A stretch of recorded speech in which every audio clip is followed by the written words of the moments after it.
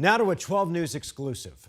The exposing a bizarre and some of you might consider this outrageous detail about how the state assesses convicted sex offenders. The I-Team's Bianca Bono began investigating a loophole that kept one man off the state's public registry and found that part of that decision came down to the fact that his victim was a girl.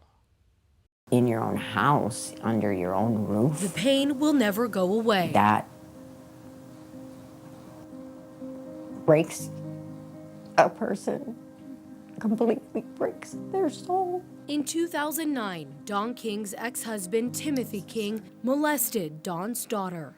When your baby comes to you and says, someone you care about or someone you've trusted all this time is hurting me. King agreed to a plea deal, guilty of molestation of a child and 2 counts of attempted molestation of a child. He was sentenced to 10 years in prison, lifetime probation, and he would have to register as a sex offender. Mandatory sex offender terms so that no other mom ever had to worry. King is now out of prison living in Navajo County. But when Don searched Arizona's sex offender registry, he was nowhere to be found. How in the world did this happen? It turns out King is registered as a sex offender, but he was designated level 1, the lowest level possible for those whose crimes are deemed the least severe. And DPS said he didn't have to be listed on the public database. It's not like I haven't reached out and asked for information, because I have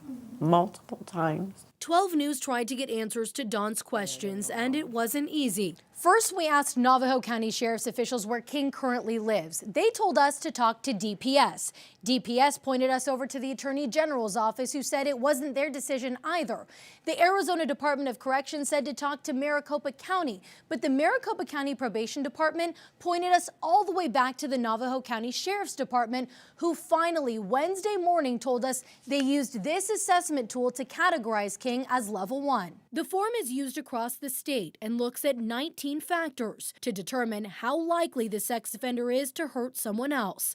The higher the total assessment score, the higher the level. One of the most striking factors, the gender of the victim. If the victim is a girl, the sex offender gets 0 points.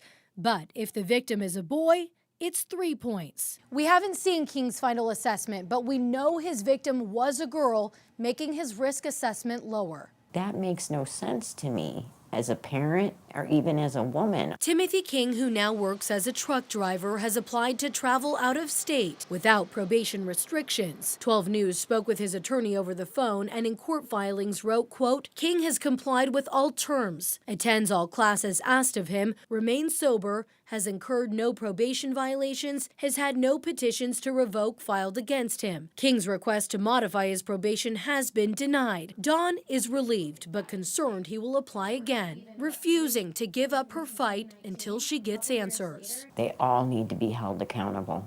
And this assessment form has been in effect in Arizona at least since 2002. Bianca Bono, 12 News.